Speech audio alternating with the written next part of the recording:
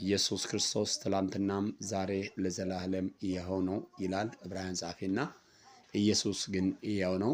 እናንተ ቅዱሳን እርስ በርሳችሁ ለምንድነው የምትነካከሱ? የእግዚአብሔር ቃል ሲናገር እርስ በርስ የምትነካከስ መንግስት ትፈርሳለች ይላል።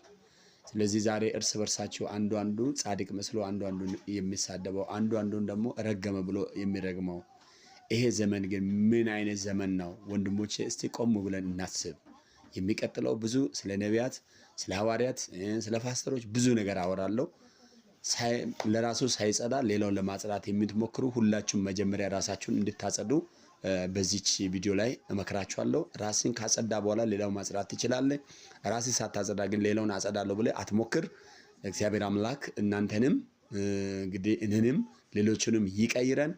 እግዚአብሔር አምላክ እርስ በርሳችን በፍቅር ትታወቃላችሁ ብሏልና በፍቅር እንድንታወቅ እንድንያያዝ አንዱ አንዱን እንዲሸከም እግዚአብሔር ደግሞ ጸጋ ያብዛላችሁ። ተባረኩ። ሻሎም